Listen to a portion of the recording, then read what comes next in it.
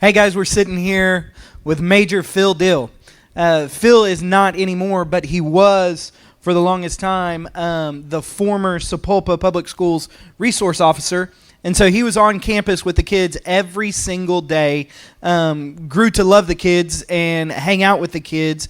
But through that process, in a conversation that we've had, he's talked to my wife and some other people. I just felt like, man, we as a church really need to hear and be aware of some of the things that he's seen that our kids are being exposed to that maybe we as parents don't even know. We as grandparents don't even know. And so I've asked Phil to come here and to sit down with us so that we can have a conversation and y'all can just kind of hear some of the things that he sees so that we as parents, our eyes can be a little more opened and we can understand what it is that our kids are going through, because we all understand what our kids are going through now is different than what we went through. And so for us to be effective parents, we have to realize what they're going through, and really we have to become educated in what they're going through so that we can help them walk through this new stage, new season, new culture in life and what they're dealing with. And so, man, Phil, grateful you're here. Thanks so much for coming, man. Appreciate you being here.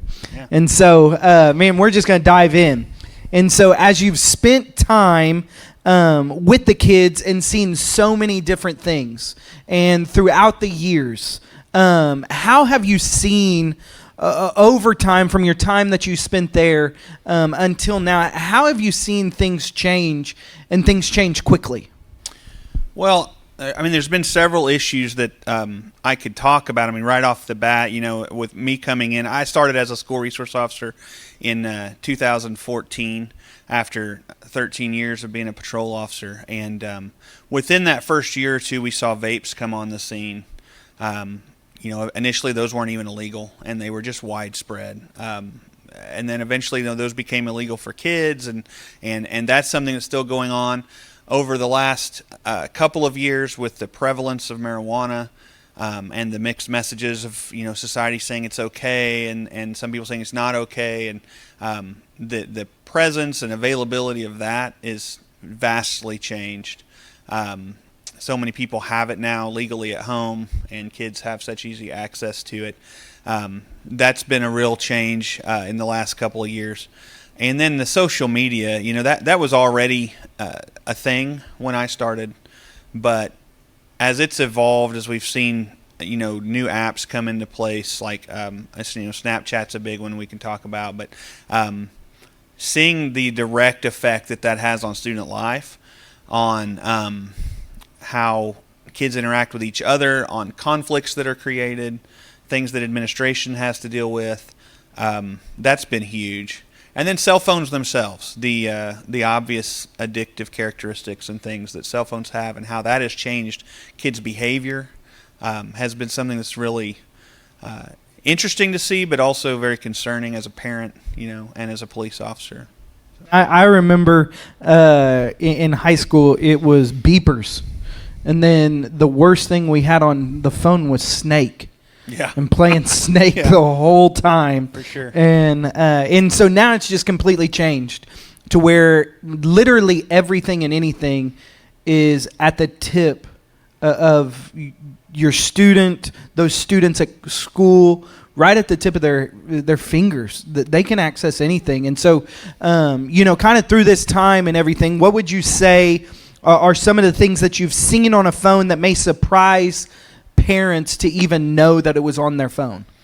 Well, I think the biggest, you know, and I'm not sure directly answering that question, but I think the biggest thing that I've seen is the parents' sort of failure to recognize the danger of the phone in the first place. And so they hand the child this device that gives them instant access to all kinds of things, and they don't really do anything to monitor or secure that. And so you're basically at that point, you're counting on your 11, 12, 13, 17-year-olds' ability to resist temptation. That's your safeguard. And what's really concerning to me is if I had a nickel for every parent who said, "Oh, I know my kid, he wouldn't do that," or who defend their kid and And you're just looking at it going, well, of course they would. Like, they're kids. That's, and these are temptations that adults struggle with. And we're asking kids to resist it just because, we trust them or whatever. So that to me is probably the biggest thing, is just we have to recognize the threat that the phone poses before we can ever begin to actually deal with it or put safeguards in place. What are some of the things that you've seen, kind of those, the dangers that you have seen come from these phones in school with students? Yeah, well, the biggest one, of course, is pornography. I say the biggest, but that's probably the most prevalent. The access to pornography from early ages. We're seeing kids in 11, 12 years old. A very high percentage of these kids have been exposed to pornography. And when I say a high percentage, I'm talking in the 70, 80% of kids that age group have been exposed in some way to pornography. So that's huge. That obviously changes the way that the mind works. The access to that, but then also the... Now, is this, back to boys and girls? Obviously boys are more, but one thing that has been concerning is that the female viewing of pornography is definitely on the rise. Females are more likely to send nude pictures than males. So it's not just a male problem. Obviously this is a male struggle and has been throughout time probably, but it definitely is not just, you can't think, well, I have a daughter, I don't have to worry, because it's definitely a real threat for boys and girls. The pornography, and then that leads right into the sexting, which is become so incredibly common, it's almost hard for me to believe how many kids admit to either sending or receiving nude photos.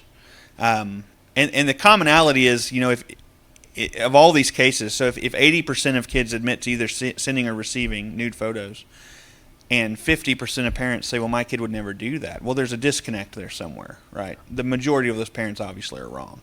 And it's the failure to recognize that that I think gets people into real trouble. And I've had to break a lot of parents' hearts by showing them on the phone, yeah, your kid would do this, And it's not, and that's another thing I think that we have to get out of our mind, is this idea that my kid's a good kid, he wouldn't do that. And what I want to tell parents is, your kid is a good kid, and he would absolutely do that, or she, because he's human. And so you can't assume that because you have a great kid, you may have a kid who wants to please you, but the impulse control, the ability to resist temptation just isn't there yet. So obviously on the nudity and porn side, there's that.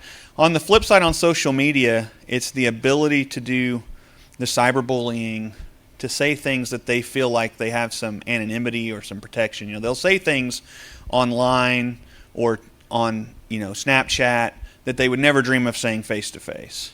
And so it's that obviously the social media aspect of it is dangerous in that it gives kids so much freedom to pick on other kids or put other kids on blast or do whatever, and that causes real problems, socially, and it causes a lot of problems that school administrators have to deal with, and so that's a big concern that parents should have. I think most kids are on social media well before they should be on social media. Yeah, we saw, I told the church this earlier, but we saw when we had youth camp, we had 250 students at our youth camp 2 weeks ago, and I asked them a question. The question was, how many of you struggle with depression?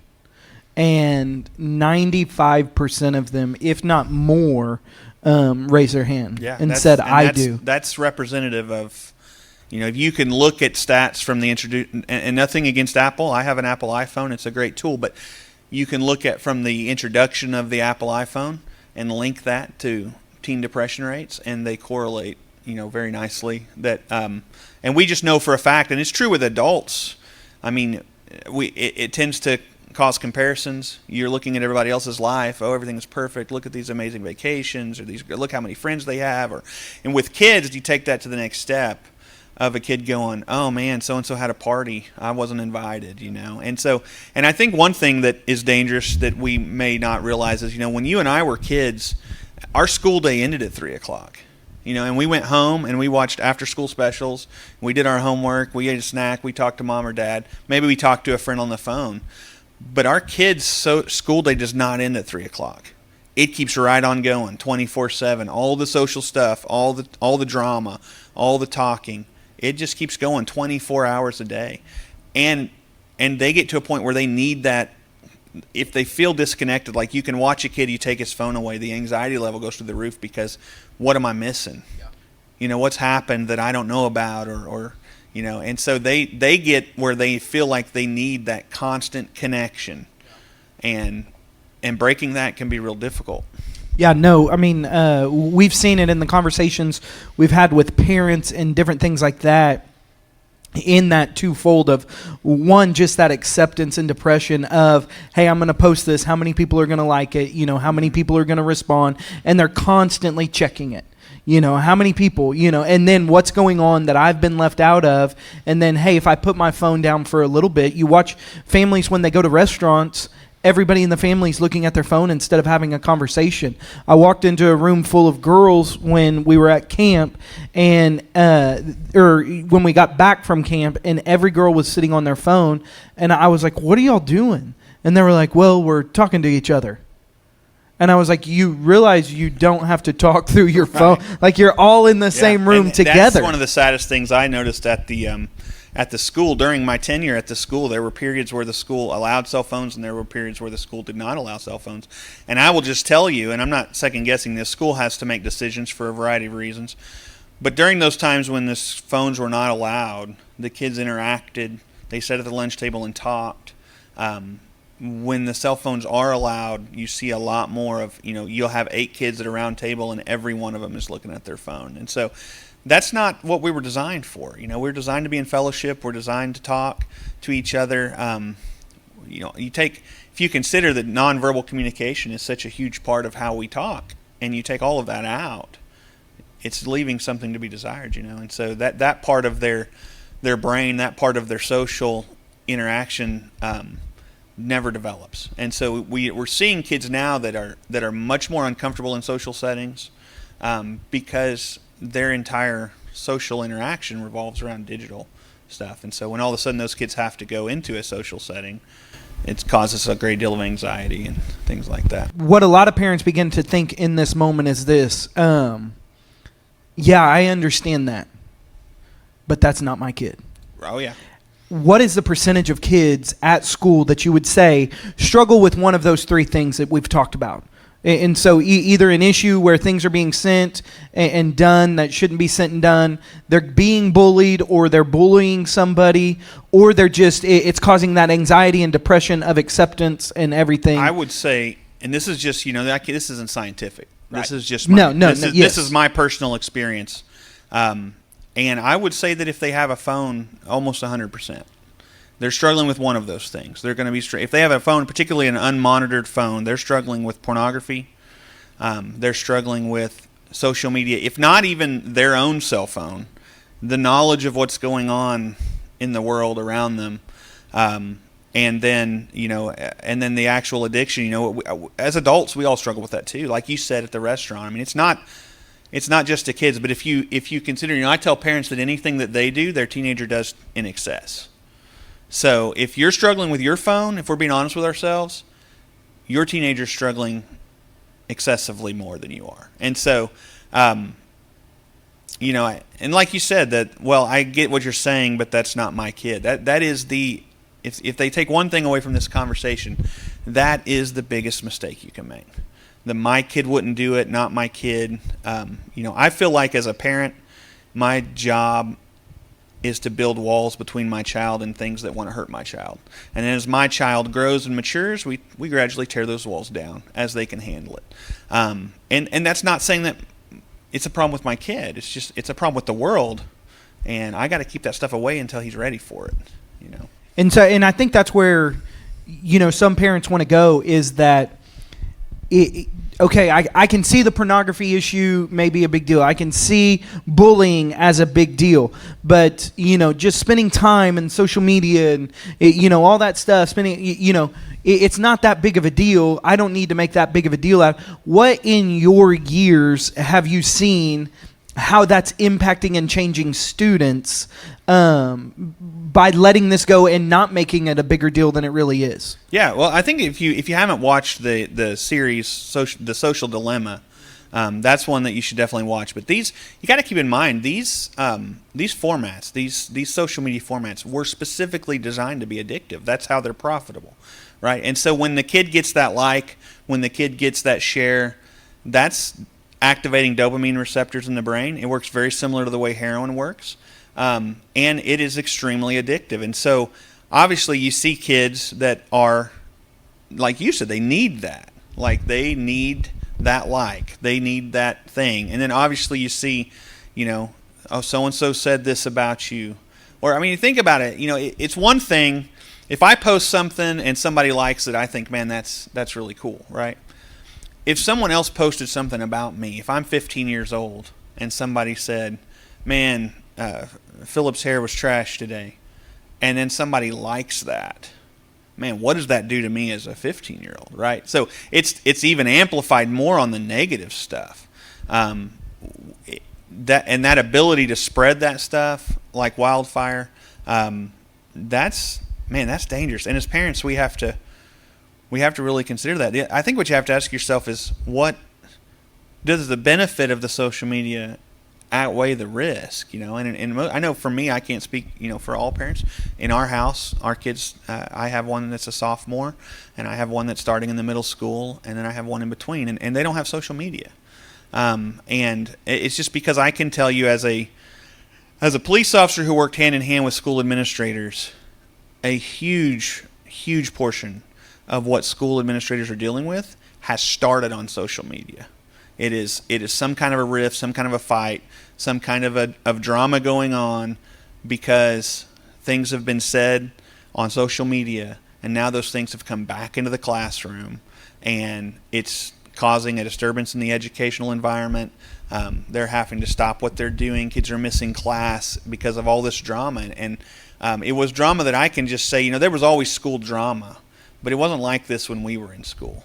You might have rumors. Hey, man, I heard someone said about you, but you don't see it yourself. And so that's huge. And I think really parents have to seriously consider what the benefits to social media are. Is it that important that your kid be able to see like a really cool video of someone's cat, or is it more important that your kid is centered and has spending more time doing more valuable things? I feel like I'm an active parent. I'm checking, having those conversations. How are kids still hiding things from their parents? Yeah, so you need to understand that the world of technology is actively fighting you as a parent. They are helping your child to do this. And so there are a variety of apps. I teach a class, and I gave Johnny that material, and so he can show you guys that at some point or have it available. But there are a variety of apps specifically designed to help your child hide things from you. They have apps that look exactly like the calculator on the phone, but it actually is a vault for hidden photos and files. Kids hide things in places they don't think parents will look, like in their notes or memos. All of those have places, you can attach photos to notes. And so maybe they're not putting the pictures in their photos. Maybe they're over here in their notes. Some apps allow you to create vaults and name them. So like one in particular that I dealt with was a kid had a file on his phone that said system files. And it looked like something that probably had come with the phone, but it was just all where he stored his photos and things like that. And so, you almost can't stay on top of it without some kind of third-party monitoring or something like that, because there's always somebody that's one step ahead of you. And so, yeah, the kids are smarter. I mean, and you think about it, the natural network at a school or a high school. If one kid figures out the workaround, then within a week, 1,000 kids understand the workaround. As a parent, it's just me trying to figure it out. I don't have a network of 1,000 people saying, "Hey, did you know if you do this, your parents can't see it?" So that's a huge thing. And even on social media, it's not just at school. You're going to say, "Well, my kid's homeschooled." Well, if your kid has social media, he's having very similar social interactions to the kids. And so that stuff spreads on social media. It's on videos. It's on YouTube. I mean, I would challenge you. I haven't done it. Hopefully you don't prove me wrong. But I bet if you got on YouTube and searched, how do I hide videos from my parents? There's probably YouTube videos that are going to show you exactly how to do it. So I've heard a lot. I don't want to invade my kids' privacy. I don't want to take away their ability to learn and grow. I want to be able to trust them. And so, in your experience, how does trust and privacy play into all this? Well, I think privacy, first of all, is secondary on the child's level to their safety. I kind of work under the trust but verify. So, am I going to grab my kid's phone and just randomly read all of his texts? No. Have I put systems in place that alert me to specifically concerning texts? Absolutely. Because on some level, I have an obligation to him. Privacy will come. Eventually, he's going to grow up. He's going to move out of my house. While he lives with me, I'm responsible for him. And so his privacy is largely earned, but is always discretionary. And that's just part of it. And I think the more a kid understands that, the more you're probably not going to find anything, and the more trustworthy they become because they know that those are checks and balances are in place. Sticking your head in the sand or respecting your child's privacy rights to their own detriment, I think is a big mistake. Obviously, there's a happy medium somewhere there, but all of that is kind of earned, in my opinion. And so kind of looking at that, what are some of those apps specifically that we need to look out for? There's several. Obviously, Instagram, it seems pretty harmless. There's a whole porn side to that. There's Facebook. All of those normal social media apps have danger. I will tell you probably the biggest one, the one that's absolutely is a non-starter in my house, is Snapchat. And I am amazed by the number of kids who have it on their phone. And that is an app that was specifically designed so they can send or receive messages, and then that message goes away. And when I say it goes away, it goes away. Like it's not like it's never stored on the phone. So it's not like the FBI can't find that message. Like if your kid sends a message or a picture or whatever, you don't ever know about that, And to me, why would you want your kid to have something that's specifically designed to allow him to have communication that you can't see? Like that's just asking for trouble, So Snapchat to me is a real problem. One, I'll probably get sued by Snapchat or something. But that's just what I've seen, that so many of these fights. And so kids, they think they're safe because, Snapchat will send you an alert if someone screenshots it. And so, obviously the workaround on that is they just take another phone, or they have their friend take a picture of their screen, and then you have no idea that this photo you just sent has been taken by someone else. And then the next thing you know, it's all around the school. Or this message that you sent bad-mouthing somebody, and the next thing you know, it's all around the school. And so that app in particular, for some reason, just seems to cause a lot of trouble with kids. I'm not saying it's not a cool app. I have it. It's a cool app. In particular, I think that app is troublesome for kids. And then apps, you got to be careful about any app where kids congregate and can chat, because if you were a predator and you wanted to be around kids in the past, where did you go? You go to skating rinks, playgrounds. Well, now where do the predators go? They go where the kids hang out. So if the kids are all chatting it up on Minecraft, Musical.ly, Roblox, and there's chats, then that's where predators want to be, right? And so what your kid doesn't know is that Hot Girl 13 is actually Ugly Dude 45, right? And so they're chatting it up with Hot Girl 13, and pretty soon Hot Girl 13's asking for pictures. And hey, and they may even get a picture from Hot Girl 13, right? It's not actually Hot Girl 13, but they get the picture and then they send the picture. Well, now Ugly Guy 45 has the picture. And this is where we start to get into real problems with sexploitation. So now Ugly Guy 45 is going to tell your kid, hey, send me more pictures, or I'm going to take this picture that you sent me and I'm going to send it to your whole school, or I'm going to put it on YouTube, or I'm going to whatever. And so now you've got a kid, maybe 14, 15-year-old kid, he doesn't know how to handle this. He's now being blackmailed. So he's either going to, and he's not going to come to mom and dad for help in most cases, because then I got to admit I just sent a nude picture to Hot Girl 13, right? And kids get in over their heads so quickly on this. They don't know where to go. They don't know where to turn. They don't know what to do. They either give in and they start sending more pictures, and now these pictures are ending up on child porn sites, or they, we have cases where kids are just so overwhelmed. You see things like suicide, or they just get in so far over their head that by the time they do make somebody aware, it's too late. So that's the sexploitation part of it on social media. And even on video games. I mean, if your Xbox has, the ability to chat, if you've given your kid the ability to chat with people they don't specifically know or don't specifically invite, there's a danger there, and people exploit that. How do you begin to have conversations with your kids about this, to draw this out and to have real conversations, not just generic, but hey, this is the concern. Has any of this happened or anything like that? Yeah, it all goes back to the don't assume that nothing has happened or that my kid wouldn't do that. And you start the conversation with, these are our expectations. And here's the why, because, there's a lot of education that has to happen. This is why this is dangerous. Hot Girl 13 might be Ugly Guy 45, and there's no way you can know that. And so explaining to the kid why that's the case, but then letting the kid know, hey, I did things when I was a kid that my parents didn't know about, and they weren't as dangerous back then. And you may have done things that I don't know about, and we need to talk about those things. I'm still going to love you. I'm not saying there won't be consequences. I'm still going to love you. We're going to work through it, but you have to know that it's okay for you to come and tell me if you've made a mistake, because we've all been there, and at the end of the day, we'll work through this thing together. So, just reassuring them, and I think that's always been parenting. It's been the same thing. There's different stupid things we could do, but teenagers do stupid things. That's why God gave them parents, and so you just have to make them understand that it's okay. We'll work through it. Yeah.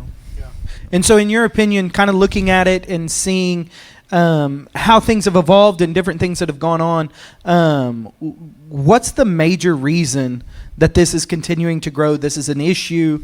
This is a problem that you see that continues to grow. The technology side of it's always going to be there, and I don't know that we're ever going to be able to fix that. I think that at the end of the day, it all comes down to mom or dad. I mean, at the end of the day, that you're responsible. You gave the child the phone. They probably at 13 didn't go get a job and buy their own phone, right? So you gave the child the phone. In most cases, the parents are not educated and therefore have failed to educate the child to the dangers of the phone. But at the end of the day, if your kid is taking their phone in the bathroom and taking nude pictures, that's on you. Why does the child, I'm not saying there's not co-responsibility and need for education there, but why does your child have the phone in the bathroom? And so strict rules like, I can tell you at our house, phones don't go in the bedroom without permission. There may be times that, if they're using the phone to learn a song on the piano or something, they take the phone in the bedroom. But phones don't go in the bedroom regularly. Phones are charged in our bedroom at night, right next to my head. Phones don't go in the bathroom. Phones don't go to sleepovers, or if they do, we turn the camera off. And so really most of the responsibility for curbing this is going to come down to the parents. It's going to come down to the parents putting the proper stuff on the phone, educating the child, and in some cases just not allowing access to things that they're not developmentally ready for. Thank you so much for coming. Parents, man, here's the thing. We don't want this to just be information that you take in and you hear. We want you to be able to take this information and then go use it in your families to be a better parent, to help your kids to be who God has created them to be, and to really win in life and be better in life and not make mistakes that are so easily made because of what's put in their hand. And so, man, I really appreciate you coming by, doing this today. Thank you so much. Yeah. Hey, let me just tell parents, if you're curious about those apps you can use to keep your kids safe, I can really, personally make recommendations for Bark is a big one, but there's a ton of them. Teen Safe, Mobile Fence. You name it. Custodio.